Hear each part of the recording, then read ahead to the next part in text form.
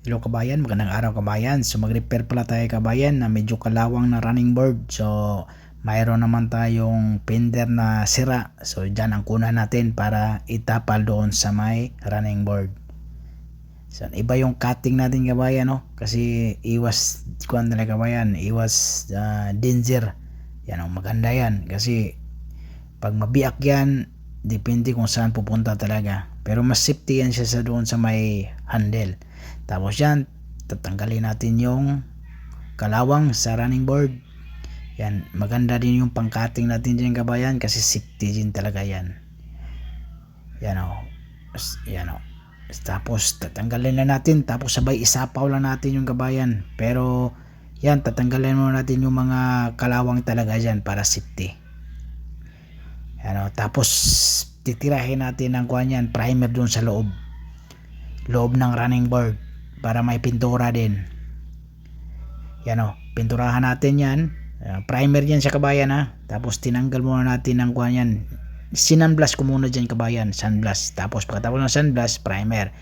Tapos yan, bali pinatong ko lang yung kuhan kabayan ha, yung plate na yon. Tapos yan o, tungtong tapos sa palo. So hindi natin pwede yan diretso na yung katulad ng acetylene na gamit. Yan, spot lang yan sa kabayan. Tapos sunod naman, spot na naman. So kailangan natin takpan din. Yan o. Tapos pagkatapos niyan kabayan,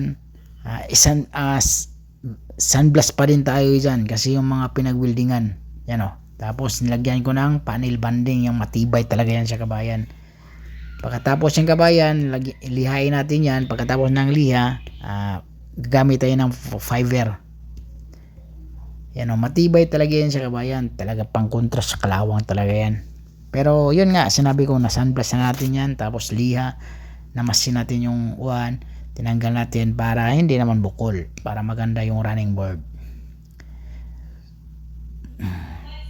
Tapos pinainitan pala natin yung kabayan ha. Yung paglagay no na yun, pinainitan natin para matuyo agad. Pagkatapos tira tayo ng fiber. Pagkatapos ng fiber, liha agad. Tapos pagkatapos ng fiber, yan na, body filler na siya na normal.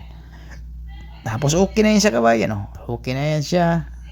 Patungan ko ulit yan. Tapos yan, okay na yan. So naputol na yung basta pinatungan ko ulit yun. So yan kabayan, huwag kalimutan mag-subscribe kabayan.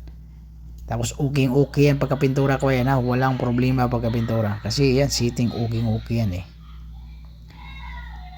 Yan o, diba? So ganun lang kasimple. Saglit lang tinapos yung kabayan.